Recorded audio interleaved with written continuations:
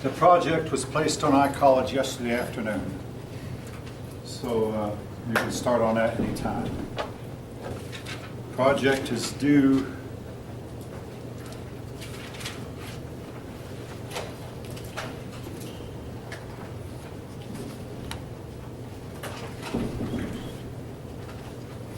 February 16th.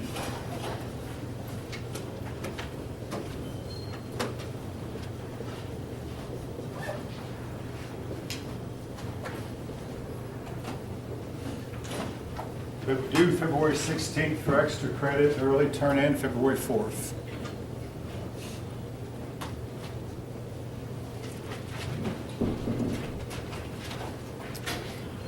The pass test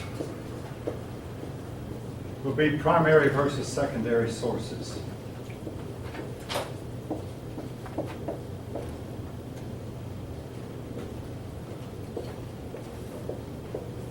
Which I know I have talked about.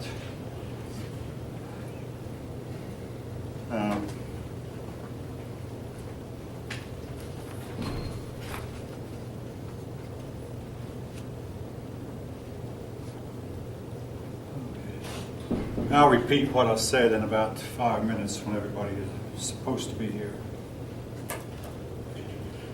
But while we're waiting, does anybody have any comments, questions?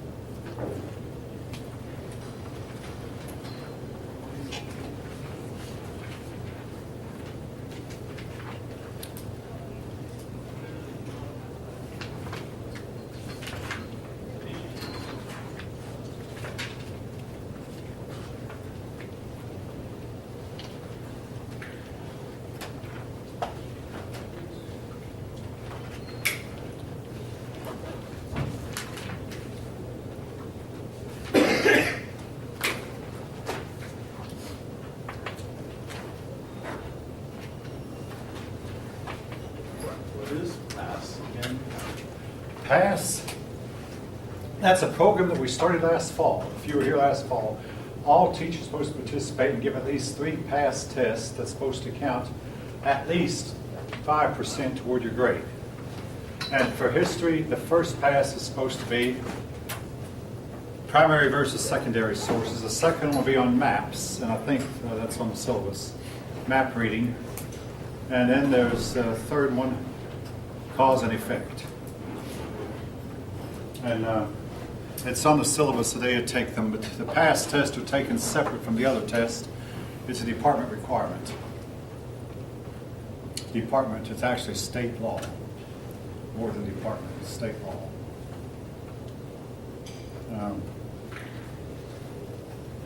The idea behind it is if you're doing poorly, we can notify you and then have a conference with you and encourage you to do better.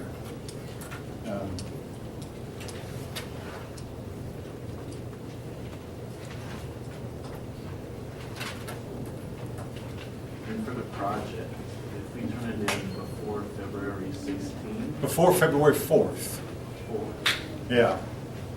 That's what's on the syllabus, that's what I have on the board, before February 4th. basically, I'll add 6 points to your grade. And also, I'll admit, I grade more leniently when you do that. I mean, I'm human too.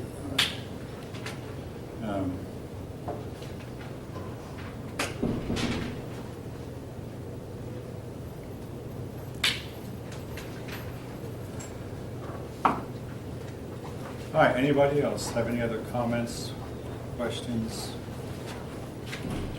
One thing I will say, this class seems to have a pretty good ratio of showing up.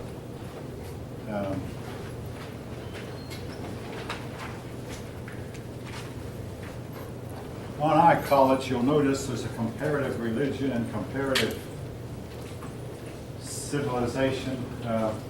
At the moment, I can't promise I'm going to work those in. I have in time past, but I might just leave that off this semester, but at least I've put it there. It will benefit you if you look at it. Some of the questions on some of the tests have been answered by those things, so it wouldn't hurt for you to take a glance at it from time to time. All right.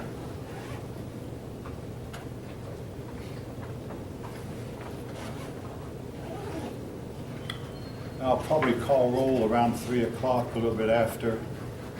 Make sure everybody who's going to come in has a chance to get in.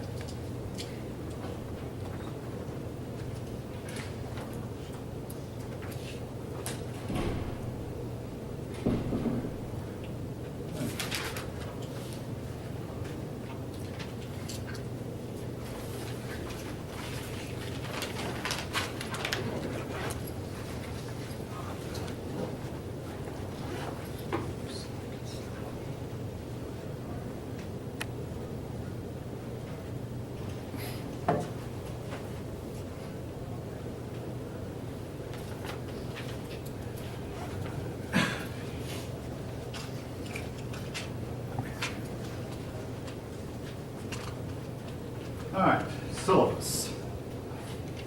By now you should have your syllabus. There's not a whole lot for me to say, but the department wants me to remind you. A couple of semesters back, the department chair requested that we not put their phone number on the syllabus. They said they were getting far too many calls. But you are welcome to go up to the department if you need to. But don't go to the department chair to try to find me. That is specifically what they asked me to tell you not to do. I'm part-time and I don't have office hours. Now, having said that I don't have office hours, I'll say this. From the time my first class ends at 9:45 until now, I'm usually right there in the part-time room, which is on the 3rd floor. It's fairly easy to find. It says part-time faculty only. And I'll usually be right there unless I've stepped out for a few minutes. I don't plan to ever leave the campus because if I do, I'll lose the good parking place I got at 7:30 this morning. Yeah. But actually, I feel like if I can get here at that time, I'm somewhat entitled to it. I can drag myself from Powder Springs at that time of the morning. So, but anyway, I'll probably be staying right here. You can find me then, but don't knock on the department chair's door or the secretary. Again, they are very, very busy. And I mean, knock on it if you have a real, genuine reason to do so, but don't knock on it looking for me. They requested specifically that we part-time teachers especially tell you this. Now, full-time, that's different. A full-time faculty person is supposed to have office hours, and you can find them in their office. But I don't have office hours per se. Let's see, what is here that I didn't go over yesterday? Oh, yes. I usually spend most of my time talking about chapters 1, 4, and 5, and 12 and 13. They're mostly Western civilization. That's not to say the others aren't important, but I mean, I'm a Westerner. This is a Western country. However, this semester, chapters 2 and 3 and 6, 8, 9, 10, and 11, I only spend one class period on. Now, chapter 7, as of last semester, I decided to spend 2 class periods on. Chapter 7 is on Islam, and I feel like that is important enough to warrant spending at least 2 class periods on. Islam is, I mean, hey, it never made news when I was a kid, hardly ever. Now it's making news right and left. Yeah, 2 classes on chapter 7. I pretty much stick to the syllabus, barring something unforeseen. So today, for instance, chapter 1, I'll stay with chapter 1, and again, barring something unexpected, unforeseen, you'll have your test on the days called out in the syllabus. Now, last winter, if you recall, we had a huge couple of events that forced me to change my schedule and make a major shift in my schedule. If that happens, we'll have to make adjustments, but we have to wait and see. I check the weather rigorously, and as of now, in the next 10 days, there's no snow in the forecast, but along about Friday of next week, folk, there's supposed to be another temperature drop. It's always on the weekend. Why? Huh? It's always on the weekend. It wants to be really cold on the weekend. Yeah, you have a good point. Yeah, I recall one time here it rained about 7 or 8 Saturdays in a row, and hardly any other day during the week. That was the year was 1978, October and November. It rained every Saturday, one after another. But most of you were probably not around at that time, so it's nothing new for the weather to turn bad on weekends. Nothing new. All right. The final exam for this class is the same day as the final exam for the other class.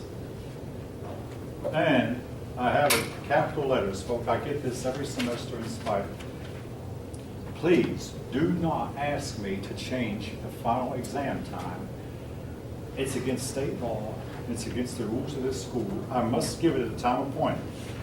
Now, I'm not supposed to say that. I will say this. If you say I can't make it to the 2:30 exam, I'll let you come in at 8:30 and take your 8:30 class. I'll do that. I'll go that far with you. But otherwise, don't ask me to make a special trip over here from Powder Springs. Folk, number one, it's against the rules. Number two, I can't. Now, I had a student several years ago pull out his wallet and offer to pay me for the gasoline. He said if I ever got caught doing anything like that, I would never be able to teach here again. And I declined the offer. But anyway, now, if you find out that you cannot make it at all on May the 6th, in other words, I'm here all day, May the 6th. If you cannot make it at all on May the 6th, I have to urge you to drop the course. Because I simply cannot, change the date of the final exam or give you a special final exam apart from the other rest of your classmates. Again, missing a final exam is a no-no. Now, if you have a really super extenuating circumstance, we have to go to the department head, and maybe he can write out an incomplete form for you. In 14 years of teaching here, I've had one student do an incomplete, and he never finished the course. Incompletes are frowned on. We like to just close out the semester and move on. But there might be a really super extenuating circumstance. All right, I'll tell you what happened last spring. 2 of the girls were on the tennis team, and the tennis team was about to go to Texas and win a championship. They told me they needed to take the final exam before they left because the championship was going to occur on the day of the final exam. I went to Mr. Bennett, the department head. He said, yeah, one of those girls is in my class also. He okayed it. I gave him the test. In other words, it can be done, but we don't like to do it. If you're on an athletic team, athletes get special privileges. All right. Anyway, leaving that. The final exam will be multiple choice. And again, I think you all know that we did. There's more about the pass on page 5. My grading, oh yes, grading, and folks, that's the worst part of teaching. Come around May 6th, I have to decide on grades. And there's always going to be 2 or 3 of you who have an average of an 89, and 2 or 3 more who have an average of 79, 2 or 3 more have an average of 69, and folk, I just simply can't bring myself to bump up your grade. You notice I did not say 59. I'll have to admit I have fudged 58s and 59s up to a D. Maybe I shouldn't, but 89, if you need an A in this class, earn it. Now, don't do like several students do every class, at least one or two, every class, say, I have to get an A in this course to keep my Hope Scholarship, or I have to get a B. If you have to get an A to keep your Hope Scholarship, you start right today earning that A. Because I can't give you an A just because you tell me you need one. Now, on a very personal note, my oldest daughter lost her Hope Scholarship in her first semester up in North Georgia for the very best of reasons. She was young, did something really foolish, lost it, but she was able to gain it back. Today, I understand that you probably couldn't gain it back once you lose it, but she was able to get it back later. So, I mean, I know the feeling, folk, it puts you under a lot of pressure, but maybe it's a good thing, because if you have to have the average, I mean, you have to have a 3-point average. If you have to have the average, by all means earn it. My second daughter is going to UGA on a Hope Scholarship. Her average dropped down to 2.7 this past semester, but she still has just barely above a 3.0, so she still has a scholarship. If she can hold on. She's a senior now, first semester senior, will not graduate till December. But if she can just hold on, anyway. All right, but again, don't ask me to give you a grade that you have not earned. Makeups, again, if you have to miss a class, have to miss a test, and want to make it up, see me. If you can work it in on a Monday or Wednesday between my two classes, I'm willing to stay after school on Monday. And I say that somewhat tongue-in-cheek because the later I leave on Mondays, the worse the traffic gets, but I'm willing to stay later. And in fact, I get here at 7:30. So if you can meet with me at that time, I had one student do that last fall. I mean, if you can meet with me early, I mean, but don't ask me to come in on Tuesday, Thursday, Friday, or Saturday. Can't do it. Now, well, I'm going to be coming here this Friday because the department is going to have a meeting with us to discuss the merger with Georgia State, which I definitely wanted to be a part of. I mean, I want to know all I can know about that. All right. Again, if you can attend the Great Decisions lecture series and get a teacher that's there who's there to sign for you, and a lot of teachers do this, I'll add 2 points to your final average. You might think that's very little. The fact is, in one case out of 5, 2 points is going to raise your grade by a letter. If you attend 2 of them, that's 4 points. In about half the cases, 2 cases out of 5, it's going to raise your grade by a letter. So, again, adding 6 points to the score of those who turn their papers in early, it may seem like little, but that will boost your average by 1.5 points, which will raise about 1 out of 5 of you, or raise your grade by a letter. I mean, hey, I see a lot of borderline grades. And if I see an 89 and a person did not attend a lecture series, turned their paper in late, all right, I don't feel as bad about giving that person a B as I would otherwise. Okay.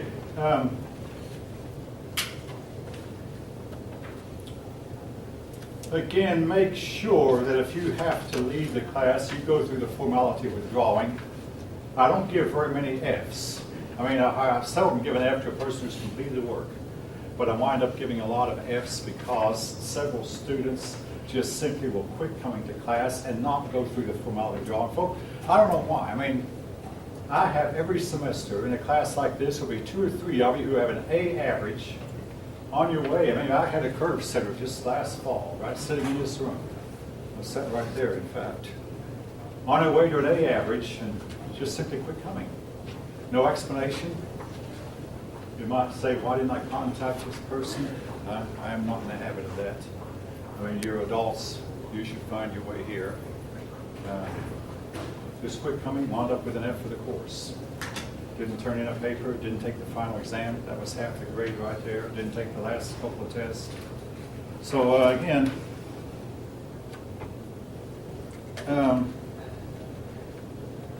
remind you about cell phone usage. In a class like this, I don't care that much. I don't see any of them now, but if you have an iPad or a laptop, I don't care about when come test day, all those have to be out of sight, down on the floor. Again, I won't go around the room collecting them and putting them on my desk and say you can get them after class. I probably won't go that far. But they're not allowed during test time. Computers, iPads, cell phones, whatever else, whatever other gadgets you have. And oh yeah, I had to remind one person I had something in the way of an earphone connected to his ear that he'd have to request you take that out. Not now, but during test time. Again, I don't know what it was he had hooked to his ear. All right. Let's see. And in the back is a contract, and unlike times past, I've written in the course number, the title of the course. You need to print your name on the front, sign it on the back. I understand we're supposed to give these out. I mean, we're supposed to have you sign them, that you understand if you follow the procedures, you can expect to make a good grade. All right. I'll take up contracts in the class for those of you who have them. Don't bother with them now. Anybody have any questions? Okay, we'll proceed. About primary versus secondary. All right, now, I want to say I wish that some of these comments that you come up to me and talk about after class, you'd make during class. But that's okay, I'll talk to you after class, and I understand maybe some of you are shy about talking out in class. I once sat where you are, and I was the same way. But one of you reminded me that in the case of the flood story, for instance, the Babylonian and Sumerian flood story has a lot of parallels with the one mentioned in the Bible, but it also has differences. Now, there's some 3,000 flood stories that are known. The only thing they have in common is the flood itself. Some of them just say that the survivors got on top of a high mountain. Don't even mention a boat. Some say there were only 2 survivors, 1 man and 1 woman. Then most of them do not mention birds. Most of them have the ark, whenever the ones that even have an ark, landing on a mountain nearby that you're familiar with. There are variations. And also, in the case of this, what I talked to you about, Ur is destroyed. If you bother to look that up online, and believe me, I have, it's most authors today will tell you that's just a poem. It's a lament, a lamentation that the ancients were prone to exaggerate. And as much as I enjoy reading primary sources, folk, I must tell you this. The ancients were prone to distort their history. Particularly when it came to their kings. Now, in our country's history, we one time had 2 presidents. President Abraham Lincoln and President Jefferson Davis. Lincoln was president for 4 years and Davis for 4 years. If you put those presidents like they actually were side by side, fine. If you put those presidents one after the other, you can add 4 years to our history. I mean, I'm not saying it's right, but this is what we believe the ancients tended to do to make sure that their history was older than anyone else's. The Egyptians were notorious for this. And it becomes really difficult for scholars to go through and ask and find out now, okay, these kings that they've listed, king from this dynasty, were they really contemporary or were they ruling one after the other? And a lot of historians believe that the Egyptians deliberately distorted their history in order to make their country look older. And we could make our country, the United States, more than 2,000 years old if we took every governor of every state and listed him as a president and put them one after the other, even though a lot of presidents and governors were in office at the same time. But if we put them one after the other in a list, you could add more than 2,000 years to America's history. Not that it would be right, not that we should, but this is the way the Egyptians are believed to have kept their history. Ancient kings also did not record their defeats. When they lost a battle, either did not record it in their annals or in their chronicles. They either didn't record it, or they often recorded a loss as a victory. Just change things around a little bit, turn things around, and record your losses as a victory. And again, this makes it a little bit difficult. However, a lot of historians, we can go through and eventually decipher their history and come to some kind of conclusions. Now, something else about dating. They dated their kings, they dated their years based on the accession year, or the year that the king took power. Now, in the modern world, the Japanese do the same thing. The Japanese date time from their emperors. If we did that, this year would be the 7th year of Barack Obama. Count him, he took office in 2009, and 2009, 2010, 2011, 2012, 2013, 2014. This is the 7th year, 2015. The problem you have with that, folk, is most kings would take office like in the middle of a year, so the former king might get 20 years, but oftentimes they would count the same year twice. So in the case of the first year of Barack Obama is the same as the 8th year of George Bush, and that year could get counted twice, and we wind up adding years in there that aren't there. Again, this was the way they kept their time. Also, these kings would oftentimes, when they got to feeling a little bit feeble, even old, they say, I'd better crown my son so that he'll be able to just assume office once I'm gone to try to prevent a coup. So they'd have his son crowned, but he had no idea how long he'd live after his son was crowned. This was done even by some biblical kings, and it was also done by a lot of the French kings. They'd have their sons crowned alive. Well, a king might live 10 or 20 years after he crowned his son. So you have overlapping reigns. Overlap. So basically what I'm getting at is dating historical persons is difficult. We're going to talk today about two persons, Sargon of Agad and Hammurabi of Babylon. And folk, we don't know exactly when they reigned. Somewhere between 16 and 1800 BCE for Hammurabi, and somewhere between 2200 and 3200, yeah, that's a long gap there, for Sargon. I mean, those are approximate figures at best. We simply don't know. Now come on farther down, when you get to Nebuchadnezzar, we know within probably a year or two when he reigned. They had better methods of dating.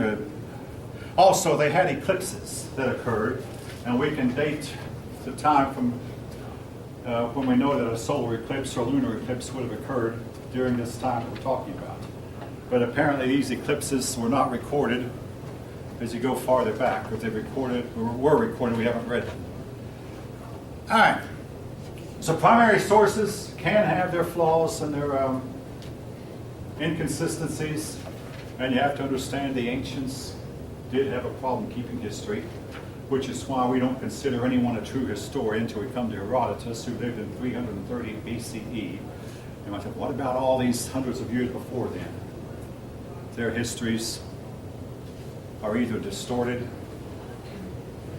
exaggerated, propaganda, or in some cases, both an outright fabrication. I don't like saying that, but I have to. Again, I enjoy reading primary sources more than I do as secondary in most cases, but you have to remember these people were flawed. All right.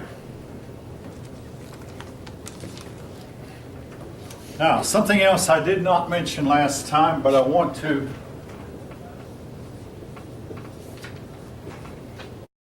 The ancient literature is flooded with dragon stories. We find dragon stories all over the globe. Dragons are mentioned by the American Indians. They're especially mentioned by the Chinese. I mean, the Chinese have dragons as one of their signs of zodiac. If you visit Chinese restaurants, certain years are the year of the dragon. Right now, I don't know which one. Anybody know when the next year of the dragon is in Chinese zodiac? Anybody know? It's 2024. 2024? Okay, thank you. 2024. Well, it's a little ways off. Then we must have just had one. Yeah, if it's that far off. 15, 2015. That's not long. It was like 2012. 2000, yeah, 2012, 2024, yeah, okay. Anyway, the year of the dragon. And folk, when you actually start looking at the pictures and the description of the dragons, they look remarkably like dinosaurs, or what we think dinosaurs look like. When we take the dinosaur bones and put the dinosaur bones together, we come up with what looks like real pictures of dragons.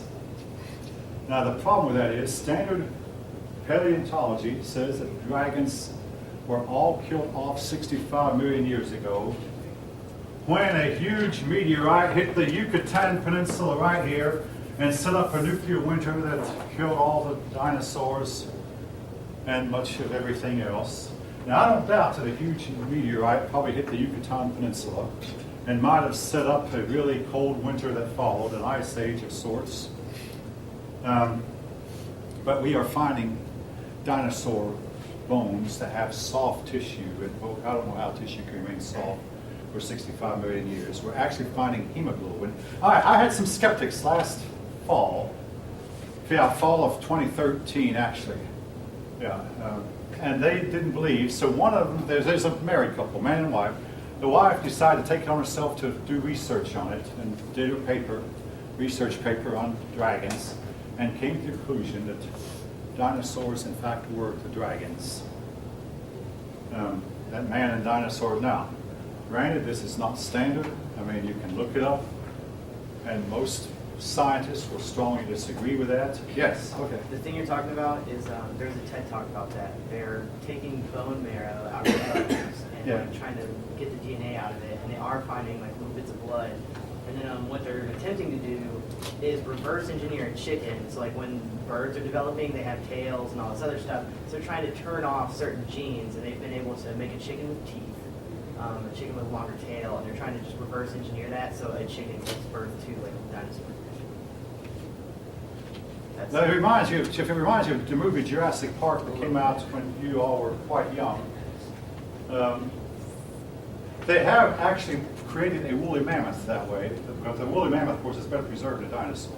But the woolly mammoth only lived to infancy, but they actually made a woolly mammoth, grew it inside an elephant.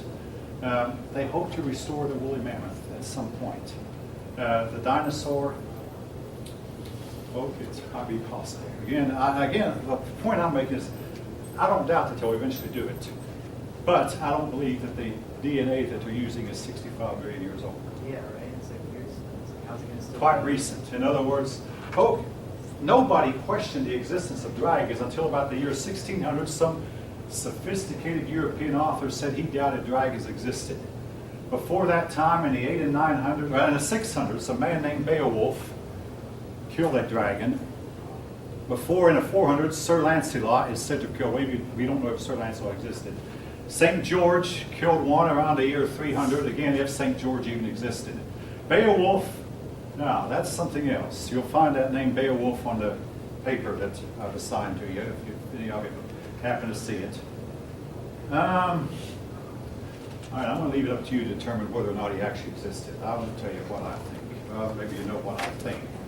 But I will say this, he has a sister listed in the tales who is known to have been the wife of one of the kings. He himself was a member of royalty.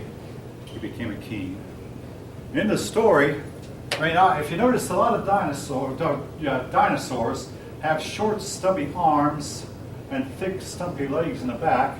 One way they killed them was to break their arm. And supposedly that would cause them to bleed to death. And Beowulf surprised one time by attacking. Instead of running like anyone else would, he attacked. He got under the creature where the creature with eyes on top of her head couldn't see him. Then he grabbed his arm and gave a mighty twist. Broke his arm. I mean, this is in the story of Beowulf and Grendel. Another time he got in a little hole where the creature was slithering, crawling out of the cave, but he was down underneath in the hole he dug when the creature's soft underparts got right over top of him. He stuck a spear up and killed one that way. But then when he was 80 years old, he fought one that was a flying reptile. And he killed a flying reptile, but he died in the process. Have any of you read this in your literature classes? Okay, I have just a few hands going up. But these stories are told. Again, because it's part of your assigned paper, I'm going to leave it to you to decide how true any of these stories might be. But then in the year 1600, they seem to have disappeared. All right, so much for the dragons. All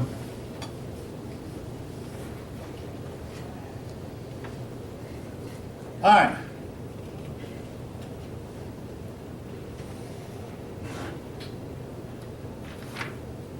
Sargon. Turning over to page 12, for those of you who have the book.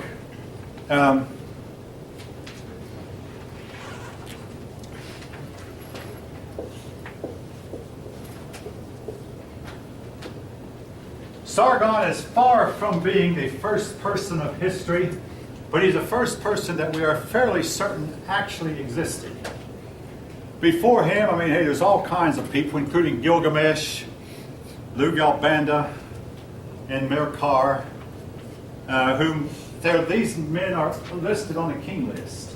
But we don't know if they actually exist or not. In the case of Sargon, we're reasonably sure that he did. As to exactly when he lived, again, as I've already mentioned, we simply don't know, but we try to make approximations. And folks, if we keep trying, someday we might figure out. These men became famous according to their ability to build empires. Now, in the case of Sargon, now we're going to run into this 3 times in our story. Sargon was put in a boat and floated down a river where some poor people found him in this little boat floating down a river, and they raised him up. He grew up to go to live in the palace of the king of Uruk, Lugal-Zaggisi, who was a successor to Gilgamesh. He eventually overthrew Lugal-Zaggisi and then set up his own empire. Now, the idea of empire building was really fashionable in the world until recently. Folk, as recently as 150 years ago, which may seem like a long time to you, but 150 years ago, the Russians prided themselves in that they had built a big empire that included Siberia and what is today Turkestan, Uzbekistan, Kazakhstan. I mean, they built up their empire this way. The British built an empire all over a lot of Africa and a lot of the Middle East and Southeast Asia. The French built up an empire also in Africa, conquered Algeria. The Anglo-Egyptian Sudan was Britain. The British also conquered this part of this region here. The French, the Germans built up an empire in Africa. The United States took over the Philippines for a while and took Puerto Rico, which we still have, and took Hawaii, which we still have. Empire building was fashionable. Then came World War II, and empire building became somewhat unfashionable. And we thought, a terrible thing to do. It's imperialistic. So we don't conquer anymore. I'm not saying that's very good, because the people we refuse to conquer are now moving in and they're going to conquer us if we're not careful. But that was why these people in time past would build up empires. Number one, if you didn't conquer them, they would conquer you. They would come into your homes at night and steal your children, your wife away, and carry them away. In other words, they had all kinds of reasons to build an empire, but they also believed they had a duty, and this was something that our own ancestors used 150 years ago, that we have a better civilization than anyone else. We have a duty to spread our civilization throughout the world. Now, Sargon was a Semite. I'm really surprised at how many young students do not know the meaning of that word. Have any of you ever heard of anti-Semite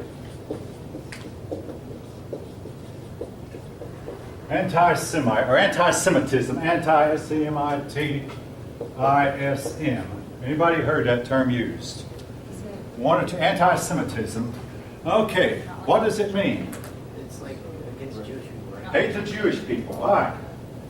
Now, the word Semite actually means descendant of Shem, one of the sons of Noah.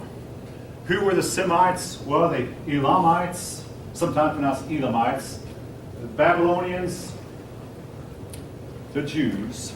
Yes? Descendant of who?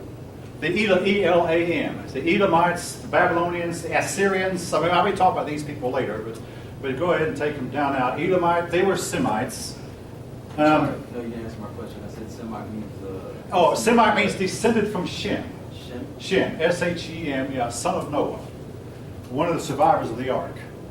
Yeah, Shem had some sons named Asher, from whom came the Assyrians. The word nation means related by birth, and that may surprise. In the United States, we don't claim to be related by birth, but at one time you were considered the same nation if you were descended from the distant ancestors. So the Assyrians were Semites, the Babylonians. Well, Sargon was a Semite who came in and conquered. He was not a Jew. That Jews were to come later.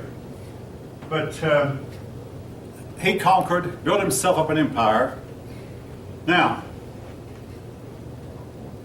unfortunately for him, as time went on, the empire fell to very on hard times. Famines came, and this is something we in the modern world maybe do not understand. Famines, now a famine has hit Africa in a few places, and famine killed 15 million people in Russia in the 1930s, the Soviet Union. The famine was brought on by communism, not by bad production. China, 25 million people died of famine in China in the 1950s, again brought on by communism, not by bad farming or bad years. There have been famines in recent times, but famine struck his empire, and in rebellion, people blamed him for the problems, and they rebelled. His empire was to last after him. He set up, he was the one who set up, but they'd set up before him dynasties. And this is another word I want to remember because we're going to run into this all down through. Dynasty is where the throne passes from father to son, and then from son to grandson. Well, what if the father has no son? Then he'll pass on to the nearest living relative, maybe a brother, maybe a nephew. But the dynasty is where you try to keep the power within the family. He started a dynasty that was to last 3 or 4 generations. Now, the average dynasty throughout history has only lasted about 3 generations. What happens inevitably, you get a ruler who is simply not capable of managing, and the dynasty falls apart. I've seen it in my own lifetime. If a man will set up a big factory and get millions of dollars and try to turn it over to his sons, and the sons can't handle it. If you haven't seen this yet, if you live long enough, you will. And I don't want to be critical of the man, but I watched from a distance Oral Roberts, who built up a big empire there in Oklahoma City, tried to turn it over to his son, and his son was not capable of managing it, and wound up being bought out by somebody who knows how to manage money. Maybe it will thrive after this, I don't know. But that's just another case of people who can build up big empires only to have them falter because they don't have a son who's capable of managing. Anyway, Sargon set up a dynasty.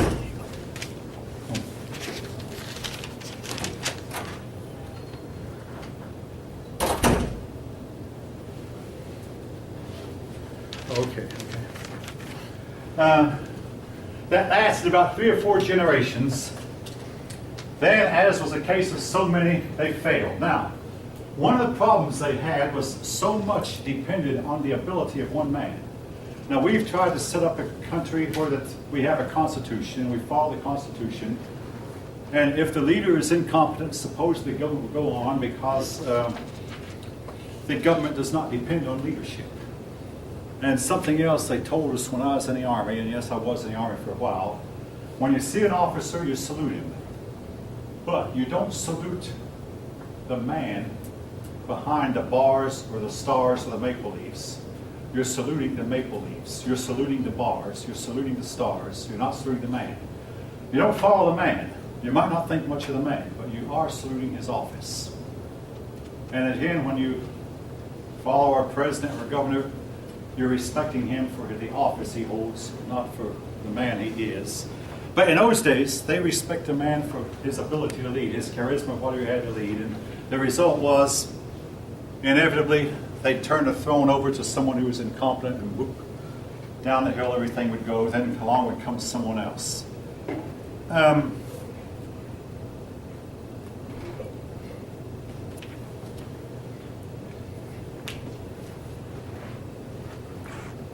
Anyway, as your book mentioned, the Akkadian Empire fell.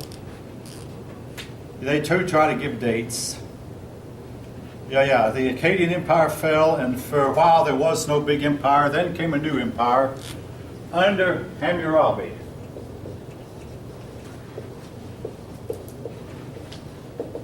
Now, unlike Sargon, Hammurabi built his empire up perhaps more slowly.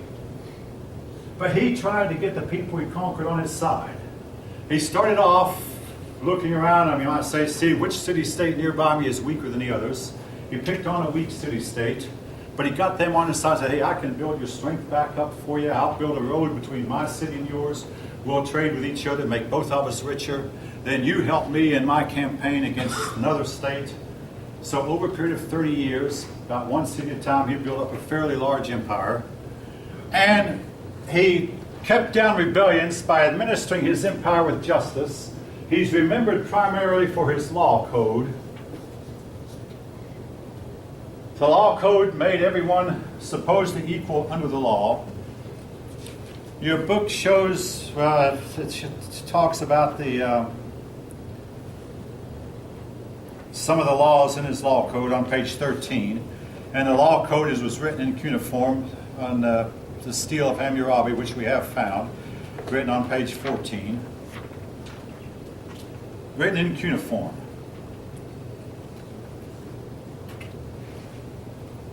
Anyway, his law code was to govern Babylon for some time.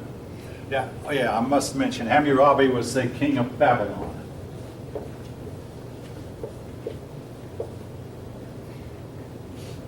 Mighty Babylon got the name supposedly because it was the gateway to God, a place where the gods and humans could meet. At least that's what was originally said in the original documents. Anyway, after Hammurabi died, his son or his grandson proved to be less capable than he was. And the Hittites, a group of people came in and they destroyed what was left of Hammurabi's empire. The Hittites, I must mention at one time, here's the thing about the Hittites.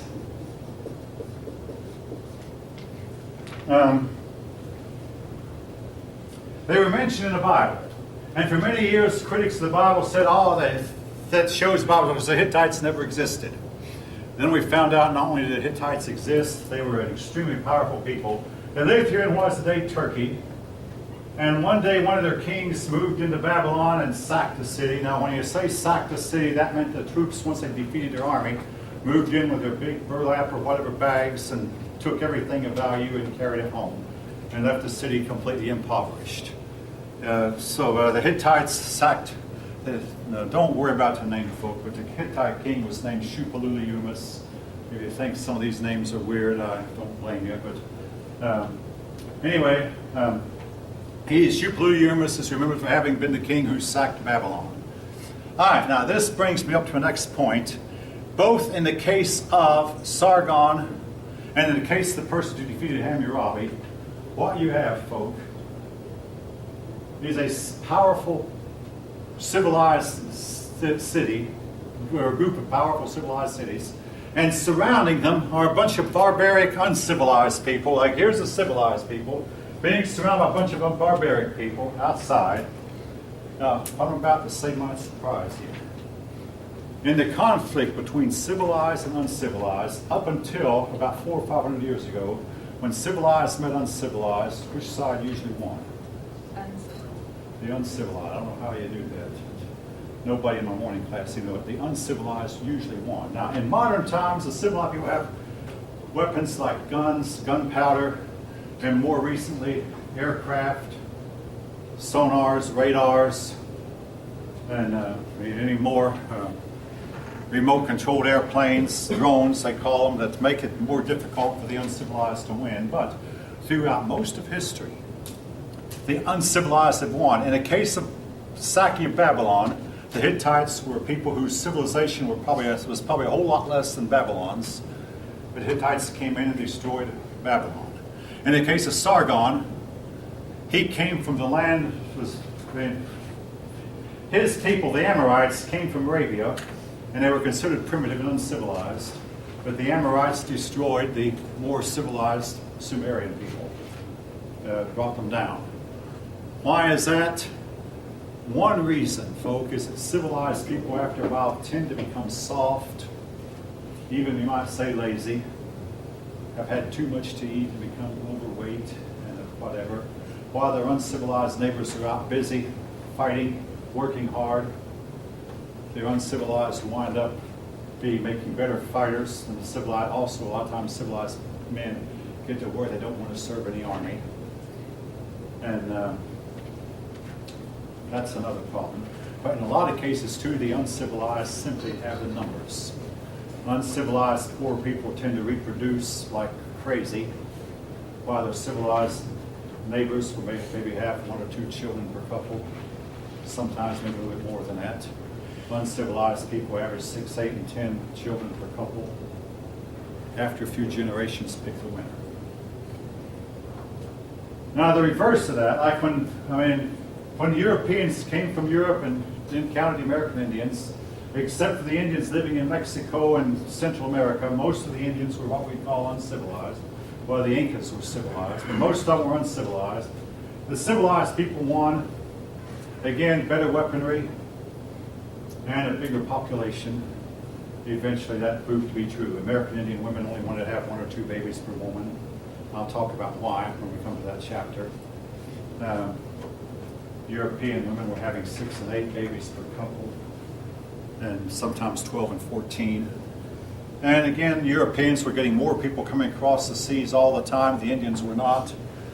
But in most cases, you have case after case where it's civilized met uncivilized. The most recent in Western history was when the barbarians from Germany destroyed the Roman Empire around 400 CE. 400 CE, barbarians. And Huns coming in from Central Asia destroyed the Roman Empire. Again, uncivilized men usually win, or usually have won down through history.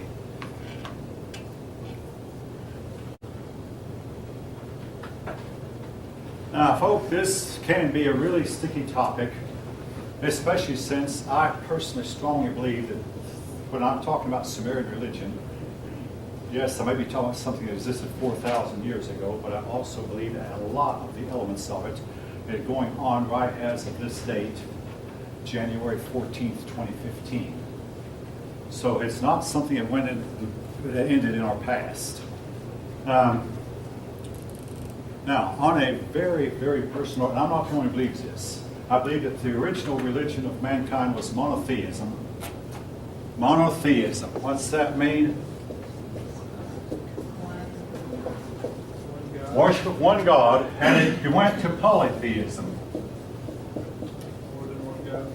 More than one God, which we find the Sumerians embracing. Now, how did it transform then from monotheism to polytheism? Or now, again, this is controversial. Some people say that monotheism actually came later, and I want you to be aware that I'm aware of that. I personally think the opposite. I think we find that among the Chinese, whether they had one God at one time and then somewhat abandoned him. The people of India had one God at one time and somewhat abandoned him. The American Indians had one God who they called the Great Spirit, but then they saw he's too distant, so they started worshiping other spirits that seemed to be closer to them. But a lot of persons believe that there was one woman who lived about this time, in time just before what we call a little bit before Gilgamesh, a little bit before, but after the flood, one woman who lived in this region who started the polytheistic religion, and it spread all over the globe and almost took over the whole globe. This woman's name goes by various names, but the name I want to know her by is Isis. She has other names, possibly Semiramis, Inanna, Venus, Aphrodite, Frigga, Ishtar, known by various names, but she got the polytheistic religion started, and along with it, a whole lot of other raunchy practices that are just almost too raunchy for me to mention here, but it was said that this woman had sex with everything, including the gods and beasts and generals and kings and whatever, and passed a law that everybody must engage in sex acts in the temple with anyone else except for the lawful spouse. But she also decided that everything was God. The sun was God, the moon was God, all the planets were God, the river was God, the storms was caused by God, etc., etc. And this was the beginning of polytheism, which fanned out from this region of Mesopotamia and spread all over the globe. The first of the gods who was set up was Uranus. Actually, wait on. The Sumerians called him Anu. The Greeks called him. See the word Anu in the middle of Uranus? If you study Greek mythology, Uranus was the first of the gods. But Uranus was corrupt, so Uranus' sons rebelled against him, overthrew him, and Saturn took over for a while. He fostered rebellion, so eventually Saturn's sons rebelled against him. One of Saturn's sons was Zeus. Actually, the Greeks believe called Saturn Kronos. Anyways, so Saturn's sons divided the universe among the three of them, with Zeus taking the main world, Pluto or Hades taking the world of the dead or the nether world, and Poseidon taking the sea. After Anu came Enki and Enlil, two brothers, and they fought continually with each other. After Enlil, for a while, came Marduk, and finally Marduk's son Nabu. Now, actually, all these gods were worshipped at one time, but as time went on, first Anu was the one who was predominant. Then after a while, Anu faded. Enki and Enlil, after a while, the interest in them faded also. And then after a time, even interest in Marduk faded. And at the end of Babylonian history, you find kings like Nebuchadnezzar, which means Nabu is my god, or Nabopolassar, Nebuchadnezzar, Nebuchadnezzar, Nabonidus, all having to do with Nabu because they had left Marduk behind. And I've been asked, well, why would they leave old gods behind? And folks, the only answer I can give is more theological than practical. It seems to me like these old gods, after a while, quit talking to them, quit answering them, left the earth for some reason or another, and the other ones were left behind, and they took over and replaced the old ones who had left. But as these gods left, they would tell their followers, a cult, keep alive my memory through secret rituals and secret initiations. Gather a few followers and keep alive my memory, and someday I'll return.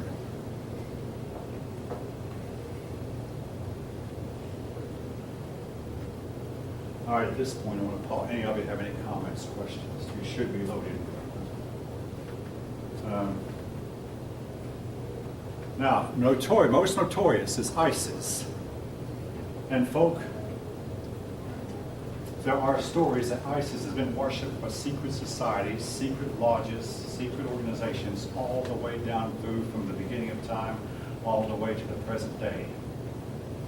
If you happen to watch any of the Smallville series that was on for a few years, some years ago, every once in a while you see that name ISIS. They wouldn't talk about it, but you'd see that name ISIS. It was on one of the storefronts. International Space Station, ISS. But also the name ISIS has made big news lately because a certain group in the Middle East has taken that name. Right near the place where the worship of ISIS would have originated. Now ISIS was the Egyptian name. Actually, it says the Babylonians had a different name for it. ISIS was the Egyptian name. When we come to Egyptian religion in a few minutes, if we get time to today, we'll talk more about her. But the worship of these gods, now folk, and I was just listening to something last night about this, the worship of these gods found its way into more recent religions. That's why I said they're not necessarily dead. And particularly, if you think I'm scared of what I'm about to say, I really am. Particularly certain forms of Christianity as well as Islam. These gods found their way into the rituals, the ceremonies, or the theology of religions that came later. And in one form or another, folk, they are still with us.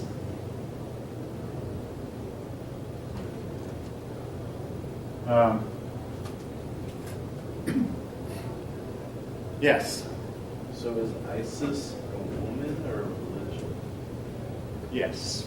I believe I heard your question. The answer is originally probably a real woman who claimed she was a goddess and set up a religion,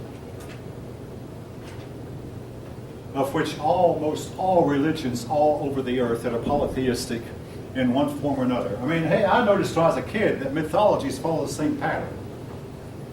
And if you want to believe that these mythologies are dead, folk, there are still some people alive who remember it. Who were alive around when Adolf Hitler was. I'm a little bit younger than that. One of Adolf Hitler's goals to restore the worship of the old European gods, the Norse gods, Thor and Odin, Loki. All right, you've seen these gods in the recent movies, have you not? I mean, there's Thor with his hammer that would always return to him, and his father, old Father Odin, and his wicked brother. Oh yes, and they had a woman, female goddess named Frigga. Hey, how much does these gods influence the day? Well, all right, the day Wednesday was named after Odin, or Odin's Day, Woden's Day. Wednesday. Today is Odin's Day. Thursday, that's Thor's Day. Friday, Frigga, the goddess of fertility, the goddess of sex, love and beauty, whatever you call her, Frigga, the Norse god. So that's 3 gods in a row, bang, bang, bang, named after 3 days of the week in a row, named after Norse gods. March, said to be named after Mars. So on and so forth. The planets, named after the gods. So we are strongly still influenced. You go to Washington, D.C., folk, it will surprise you. You'll find statues of Neptune, statues of Zeus, at various places around our nation's capital. And visit certain temples, Christian temples. I won't call it name and denomination. A lot of times they will feature a statue of Jupiter inside the temple.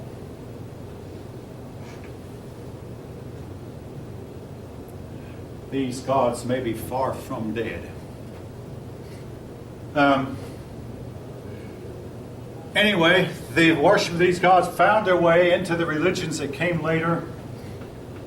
St. Peter, remember Jupiter became St. Peter. And when we get to Egypt, I'll mention now, Isis had a son named Osiris. Isis the mother, Osiris the son.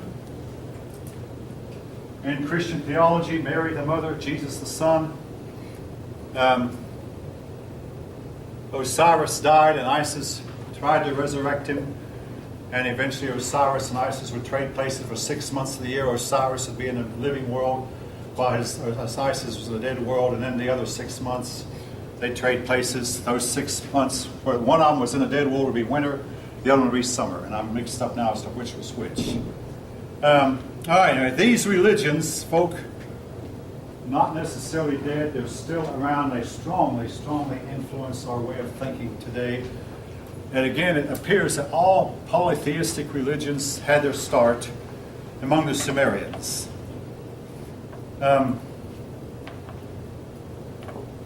They believed that they could know the will of the gods through, among other things, through divination, peeking into crystal balls and opening up animals and finding out what color the animals' intestines were.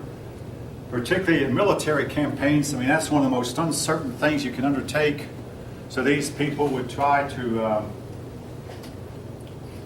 determine who they should go conquer next, or whether or not they should undertake this campaign by, again, looking at the sky, looking at the stars, opening up animals, even studying frogs to see which direction the animals were. They believed that the spirit of the gods resided in the animals. They would perform apologies every time they had to kill an animal for meat, or every time they had to chop down a tree or kill a plant. They performed a ceremony called an apology, and this was again designed to placate what would otherwise be the wrath of the gods.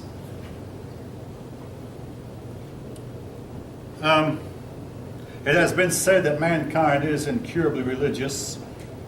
We, for a while, looked like in this country we were going to shove religion aside. Maybe a lot of Americans are. But folk, whether we know it or not, or even want to or not, we're finding ourselves thrust into and forced into a type of war of religion. Something that you would hardly have thought 40 and 50 years ago. But nevertheless, it's there. The Sumerians believed the gods made man so that man would do the work that the Sumerians would not that the Sumerian gods did not want to do, particularly humdrum work like cultivating fields, food gathering, raising animals, raising crops, blacksmith, or the humdrum work. So the gods had made mankind to where man would do that kind of work, while the gods themselves lived in magnificent temples and lived a life of luxury and ease.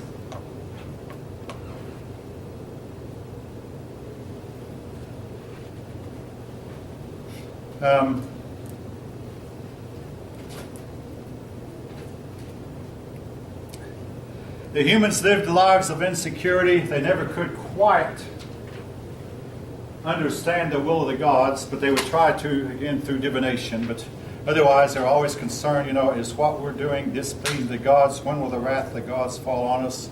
Thunderstorms was a sign that the God was displeased. And they spent a lot of their time offering sacrifice, trying to please their gods. Your book calls Anu An, and it mentions Enlil, Enki, and a goddess named Sergala.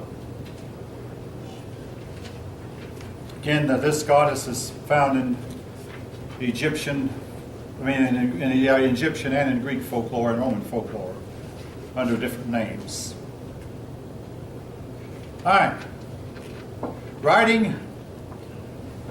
They wrote on clay tablets, and the writing is what we call cuneiform. Now, actually, the writing evolved over a period of time. Your book shows at the top of page 15 how that writing evolved, but eventually it became what we call cuneiform, and that's the only word I don't remember. Cuneiform is based on wedge-shaped characters, and eventually it got to where the wedges always pointed in either three directions, either to the right or down, or sometimes at a 45-degree angle. Now, the reason for this, folk, if you think about it, they decided they could write with a little stele where they punched something in a clay, and if they punched it this way, it would make the wedge shape go to their right. Turn their hand by 90 degrees, and the wedge would go down, or turn it part way, and the wedge would go down by 45 degrees. Eventually, the wedges only went toward the right or down, or at an angle that was right and down, like you see there at the bottom on the third level of writing. Well, actually the fourth level of writing, but the third level on page 15. The wedges all go either to the right or down, and again they learned how to write by the stamp. And they got to where they could do it fairly fast, but just simply turning their hand either part way or all the way 90 degrees and making the wedges. Now, I want to say this about their writing. We have more written records from the Sumerians than we have of the Greeks, the Romans, the Phoenicians, the Assyrians, the Elamites, and the Persians combined. And it's known that at least 100,000 clay documents that have been dug up have never been translated, never been read or written by anyone. And folk, that might be a wide open field for someone to go into. I studied Sumerian civilization some when I was at UT 45 years ago. Then about 5 years ago, I took it up in earnest again, now about 3 years ago. And I was amazed to find that we have not learned a whole lot more about the Sumerians in the last 45 years than we knew then. We still have the same questions. Where did they come from? Why was their language different from any other language on earth? Why did the written language not like their spoken language? These questions we still cannot answer.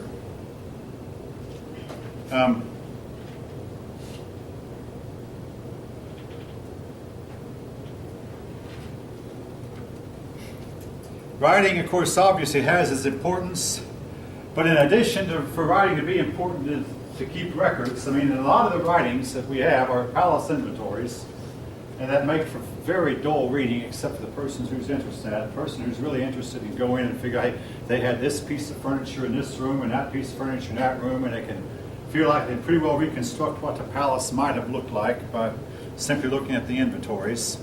But writing also produced literature.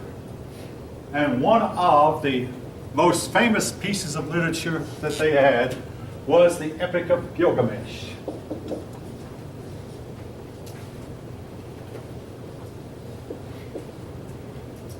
I'm just curious, how many of you have run into the name Gilgamesh before in your literature classes? Several of you, maybe about a third of you. Essentially, the story runs like this. Gilgamesh, his father is said to have been a demon, and it was totally spiritual entity. His mother was about half or 3/8 spiritual entity. Put those two figures together, one plus 3/8, and divide them in two, and you get 2/3. Gilgamesh was said to be 2/3 God and 1/3 mortal, 1/3 man. However, because he was part mortal, that man, unlike the gods, he was destined to die. Now, if you can believe what the pictures we have of Gilgamesh show about him, they show him taking a lion, 2 lions, one in each hand by the back paws, and holding him up. And the lions were just helpless. I mean, I'm not recommending you treat your domestic cats that way. But he could do that with lion. Folk to have done this, he had to have been about 12 or 13 feet tall. Now, again, you can believe what you want to. The ancient world is filled with stories about giants. And he ruled the city of Uruk, biblical Uruk, with an iron fist. So much so that people just really groaned to the gods, please deliver us from this man. I mean, I don't even want to go into detail. Well, he forced to get 2 sides together, and hey, you two fight it out, and they'd have to fight to the death, gladiatorial fashion. And when a person married, he insisted that he got the bride on their wedding night, first rites. I mean, this is in the story. Well, finally, the gods created Enkidu as a beast man to hold him in check. Enkidu heard about Gilgamesh and went in, and the two of them clashed. Gilgamesh won. Nevertheless, the two of them became fast, hard friends. They went out together, something Gilgamesh had always wanted to do but hadn't dared to do by himself, and encountered a huge beast named Humbaba. And we can trace the route they took. I mean, there were a lot of volcanoes. Apparently, the earth was still unsettled after some big catastrophe of sorts. But they ran into this beast named the Humbaba, and by sheer luck, the two of them were able to slay the beast. And he brought the head of the beast back to Uruk. But then, eventually, Gilgamesh insulted the gods. When the gods sent a bull after him, Gilgamesh slew the bull of heaven and threw the hinder parts of that bull at Ishtar. And Ishtar went to her father Anu and said, kill both of them. Well, Anu, being the head of the pantheon, and as befitted a person of that stature, said, okay, I'll tell you what, one of the two will die. So Enkidu died. Gilgamesh was very upset. So Gilgamesh then went to the ends of the earth. And this time we can't really trace where the path he took, even though some people have tried. But he went to the ends of the earth and found a survivor of the flood. The survivor of the flood told him, death is a part of living. There's no permanence. Nothing lasts forever. You must be content to die. Gilgamesh went home, showed off his city, and after a short order died. They changed the course of the Euphrates River temporarily by digging a new water course and buried Gilgamesh in the bottom of the river, pretty deep. Then they put the Euphrates back on top, so that Gilgamesh's body has not been found to this day. And Gilgamesh went into history eventually. Now, a few generations later, Lugal-Zaggisi was king of Uruk, and Uruk was destroyed by Sargon. And Sargon broke down the walls of Uruk, Gilgamesh's city. So not only did Gilgamesh die, but his city also collapsed in a heap of rubble, and Uruk has remained a heap of rubble to this day. All right. Anyway, that's the story of Gilgamesh as it's come down to, yes? That was all transcribed in cuneiform? That whole... Yeah, the story was printed in cuneiform, and when we learned how to read cuneiform, we read it, and it was said that when Sir Leonard Woolley, the man who learned to read cuneiform, read it, he all of a sudden fainted dead away. Well, they straightened him out, poured a little bit of water on him, brought him to, and they said, what made you faint? He said, I saw something in that story about the flood. This you can find, look up Sir Leonard Woolley, the first man to learn how to read the cuneiform. He read something that he did not expect to read. This was in the 1920s, so the story of Gilgamesh has been with us for a while.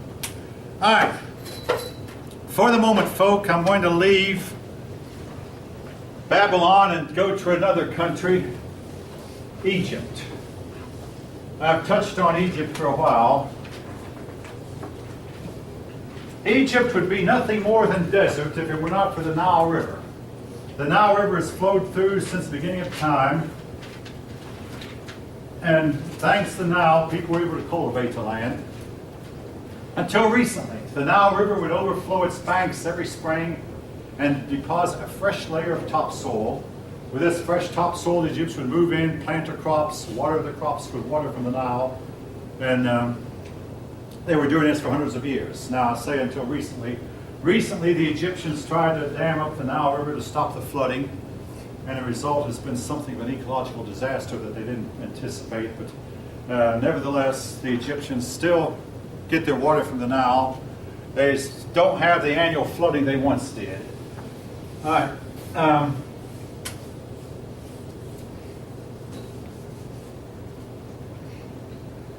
The Nile River is somewhat easy to navigate if you want to.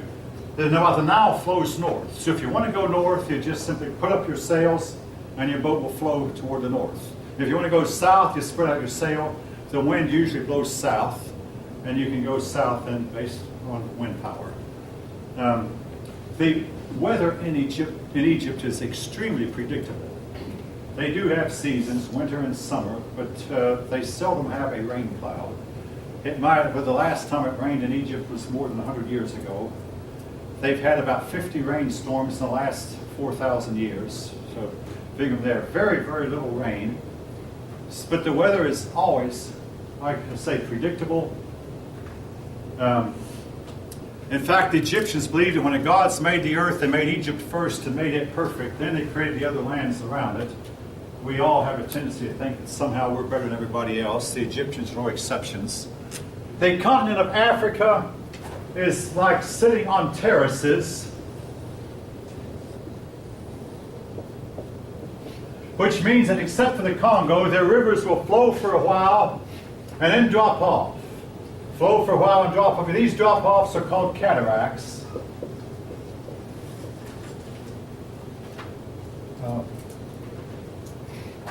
The Nile River has several cataracts where the waterfall. And again, when you come to a cataract, you have to get out of your boat, drag your boat around the cataract, and put it back in.